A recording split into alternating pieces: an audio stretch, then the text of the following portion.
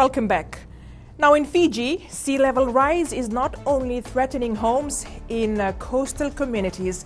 Over the years, it has also exposed deep vulnerabilities in critical agricultural infrastructure, significantly affecting sugarcane farming in parts of Wailevu, Macuata in the Northern Division. From low-lying farms threatened by climate change, our North journalist, Peceli Naviticoko, takes a closer look at the struggle in Macuata. Located approximately 2 meters below sea level, Wailevu, a coastal cane farming community in Macuata, is already experiencing the presence of seawater in its cane fields almost every farming season, turning what was once productive land into a high-risk farming zone. We are planting here below 2 meter level, sea level. The seawall is in our farm and 2 meter above the seawall. It was built in 1975, like that sometime, that maintenance, but it built somewhere in 1950 or 60s, but it was maintenance. The seawall and floodgate system, constructed more than half a century ago, remains a primary line of defense despite rising sea levels and changing climate patterns. Another farmer, Mahenlal, says this has been an ongoing problem over the years due to the continuous rise and flow of seawater through aging floodgates, which farmers says are no longer fit for purpose. The most problem is that the seawater comes inside and our plant, cane plant, sugar cane plant is already dried, finished. Therefore we are complaining every time, but no other reasons can solve better. But we trying our best to staying here and still cultivating and planting the cane, such as the variety of galwa.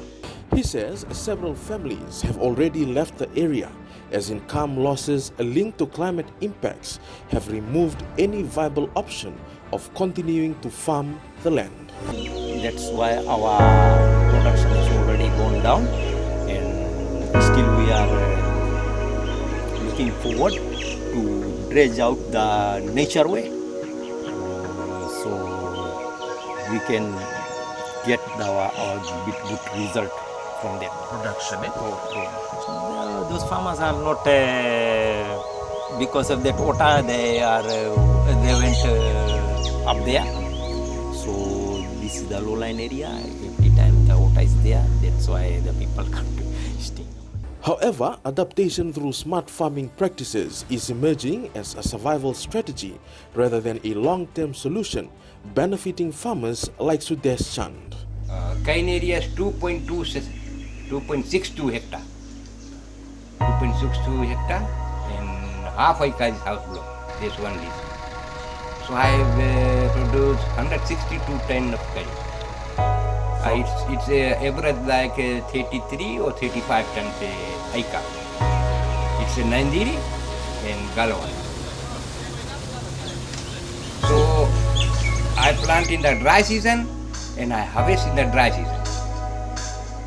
So my whole cultivating thing, I have sprayed the fertilizer, spray in the cane for grass and control it. In wet season, you can't cultivate in this farm, this is area. According to Sugar Research Institute of Fiji officer Renil Kumar, Ngaloa remains the dominant cane variety in the area due to its relative tolerance to saltwater intrusion, though he stresses it is not a permanent fix. There is no variety that can tolerate salt. We had a major incident during Cyclone Yasa when the saltwater intrusion came in the south sector and Wailevu sector, also in Manicoro coastal, totally wiped out the cane.